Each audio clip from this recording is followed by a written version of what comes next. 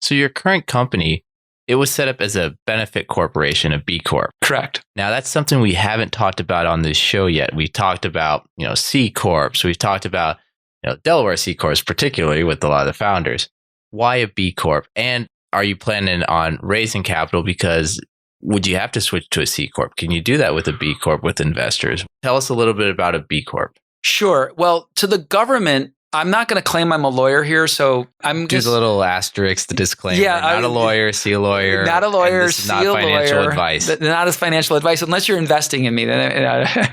So here's my understanding, and here's what's worked for us. The way I think about it is, to the government from a tax perspective, a benefit corp is a C Corp, right? You're going to pay taxes. You have the same protections for tax liability, shielding the founder, et cetera. But a benefit corp is specific. We're a Delaware benefit corp. So we still incorporated in Delaware as a Delaware benefit corporation, but we have a stated public benefit that we're trying to create. And in our case, the stated public benefit is improving financial literacy.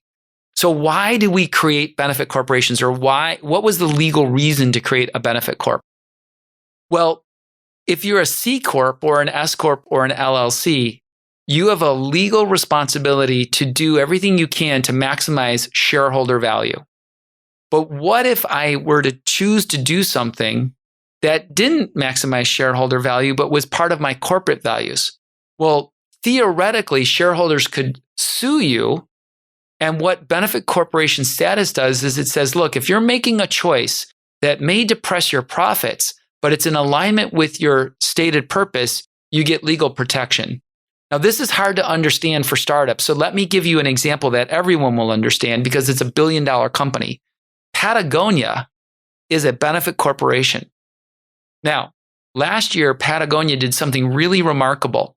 They stopped making logo gear. So logo gear, for those of you who don't live in Silicon Valley, there's a joke that says it's not a job, it's a wardrobe. Because when you get a job at a Silicon Valley startup, they give you a coat and they give you a t-shirt and they give you a hat and they give you a sweater and they give you socks. You're laughing, you're smiling, but you know what I'm talking about. I definitely have not so much now, but in the past, I've had a closet full of only startup clothes. That's right. Only startup clothes. You get a gym bag, you get a backpack. And what Patagonia found though was, and Patagonia's goal is to make really high quality stuff that you buy once and keep until it truly wears out. So you don't need a coat every year. You need a coat every 10 years, right? If it's Patagonia quality.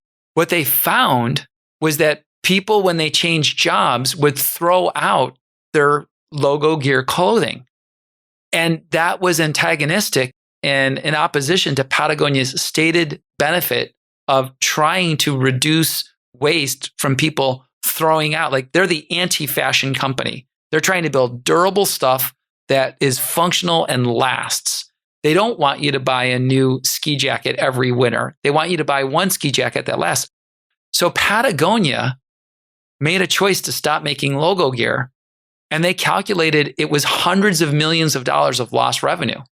Now, if you're a shareholder of a normal corporation and those leaders decide to forego hundreds of millions of revenue, you could sue.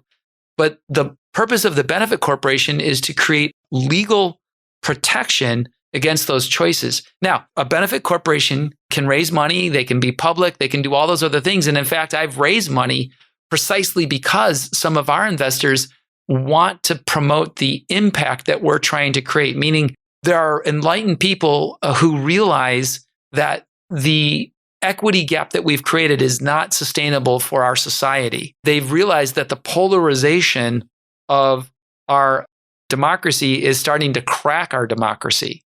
We're losing the opportunity to save our democracy if we can't come together and vote and discuss things. And by giving kids in schools a chance to debate and discuss how to spend money, we're creating in them a democratic experience that helps train them on how to be a good citizen when they graduate from schools and enter voting age. And there are investors who believe in that. And of course, I do believe we're going to make money and be a profitable company, just like Patagonia is a profitable company.